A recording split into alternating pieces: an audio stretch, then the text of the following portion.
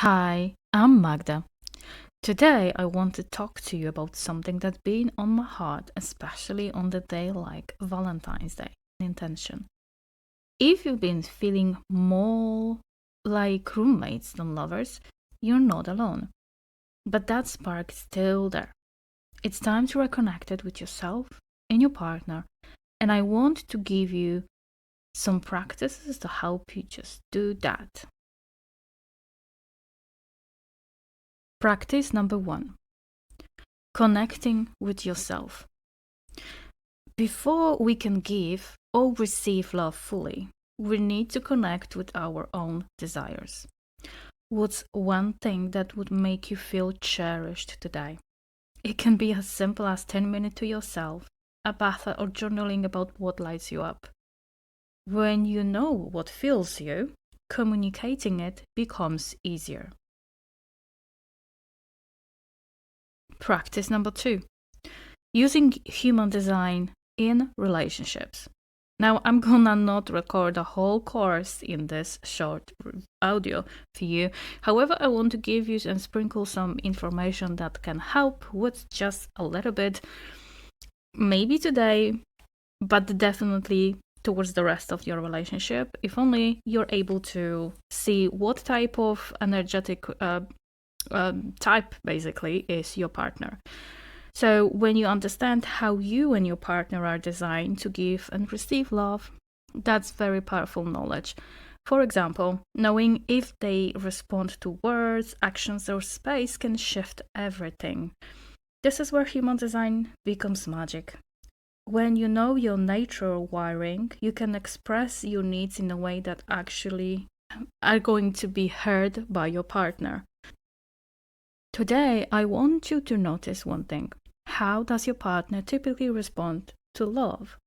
Do they light up with the words like compliments, through physical touch, or when you help with a task?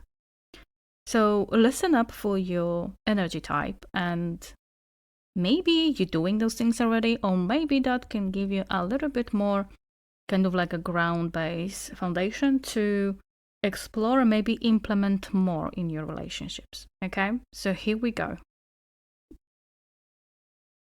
If your partner is a projector, he or she is gonna thrive on recognition and invitations. So today and tomorrow and moving forward, every day, practice recognizing your partner in a way that's meaningful to them. This could be something like, I love how you handle, and then insert the name of the task or whatever quality they have, or invite them to share something they're excited about with a question like, what's been on your mind lately? Notice how they soften and open up when they feel seen. Okay, that's the key word. And if you need something, instead of pushing, wait for the right moment and say, I would love your perspective on X. Okay, this creates space for deeper connection without frustration. Now, if your partner is a manifestor, you have to know that the manifestors thrive on being informed and also informing others. So today, try this. If you're feeling a need for more connection, let your partner know before acting. So, for example, say, I'm thinking of doing this activity tonight. Want to join me? It might feel vulnerable to start with, but this creates trust and intimacy. And also, if you notice, you as manifestor, right? You notice that your partner might be a little bit distant today or whatever. You can take the lead. Obviously, you do the leading by initiating a conversation or shared activity, because you designed to set things in motion. Now, if your partner is a reflector, you have to remember that reflectors are very sensitive to their environment and they need space to reflect before diving into conversations very often. Okay, so today and moving forward, try taking a few moments to tune into your environment, into your house. What's happening? Does your shared space feel supportive? If not, try making a small change. Maybe light a candle, put the flowers on the table, and even tie the space a little bit, of course, to create a fresh vibe. Then observe how your partner energy feels. When you are ready to connect, say something like, I've been thinking about us lately. Can we talk about what's been on our hearts or whatever's happening, right? Something like this. This gentle initiation can open space for deeper connection. And now, at the end, last but not least, we have our sacral beings. So let's start from generators. So if your partner is a generator, you have to remember that they thrive on feeling satisfied and being appreciated for what they do. So today, try asking them an open-ended questions like, what's lighting you up today? What would you love to do together this evening? Of course, this initiates sacral energy to respond, which helps them feel seen and connected. It's also great to show love and acknowledge their contributions, because you can say, I really appreciate how you handled this task or situations. And remember that generators flourish when they feel recognized for what they do and who they are. Now, if you are in relationship with manifesting generator, our MGs are dynamic and can be multitasking by nature. So ask them a fun, present moment questions to spark their sacral. So, for example, what do you feel like doing right now? Or, want to try something spontaneous with me? This taps into their playful energy and love for variety. Also, give them room to shift gears if they want to, because they are wired for flexibility.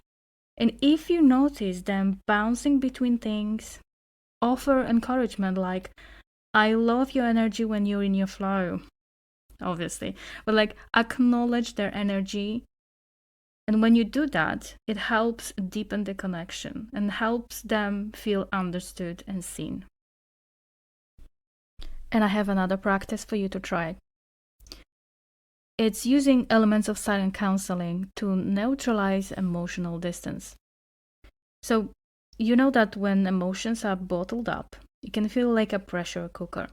So here's a simple practice that you can do today. Take 3 minutes to close your eyes and do some deep, conscious breathing. Place your hand on your heart or sacral area and ask yourself, like, what emotions am I holding on to right now? Name it without any judgment. Then exhale deeply as if you're releasing that emotion.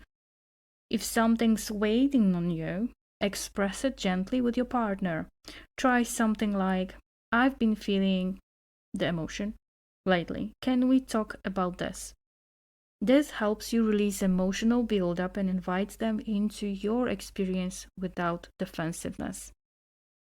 I'm gonna also include a short demonstrations of one single touch point that we use in my silent counseling practice with clients when it comes to releasing some emotional tension, and you're gonna be able to watch it and also perhaps use this before you can safely and from the grounded space talk about some emotions that you're feeling with your partner.